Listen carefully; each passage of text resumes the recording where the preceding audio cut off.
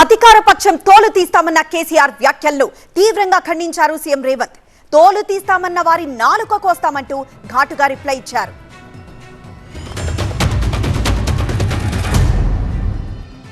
మాకు రెండు బాధ్యతల్ని, ఒకటి తెలంగాణ తెచ్చిన పార్టీగా, రెండవది ప్రధాన ప్రతిపక్షంగా కూడా కంపల్సరీ మా డ్యూటీ మేము చేయాలి. అందుకోసం గాను వీళ్ళు తమాషకు మేము అదోటి ఇదోటి అడ్డం పొడుగు మాట్లాడి, కిరికిరి మాటలు మాట్లాడి, కారు కూతలు పూసి ఏదో చేస్తామనుకుంటే నడవదిగా. ఈ ఏళ్ళ దాకా వేరే కథ, రేపటి నుంచి వేరే తోలు తీస్తాం ఎక్కడికక్కడ. తెలంగాణ పట్ల, తెలంగాణ రైతుల పట్ల మా చిత్తశుద్ధిని ఎవడైనా ప్రశ్నిస్తే ఆయన తోలు తీస్తా అన్నాడు కదా అధ్యక్ష. తోలు తీయడమే కాదు, నాలుక కోస్తాం అధ్యక్ష.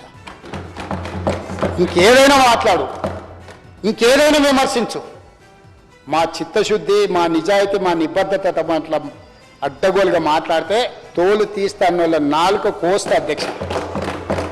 ఈ పదాలు అన్పార్లమెంటరీ అయితే మీరు రికార్డుల నుంచి తొలగిస్తుండొచ్చు, కానీ ప్రజల మధ్యలో శాశ్వతంగా రిజిస్టర్ చేయడానికి నేను అధికారికంగా ఈ మాట మాట్లాడుతున్నా అధ్యక్ష.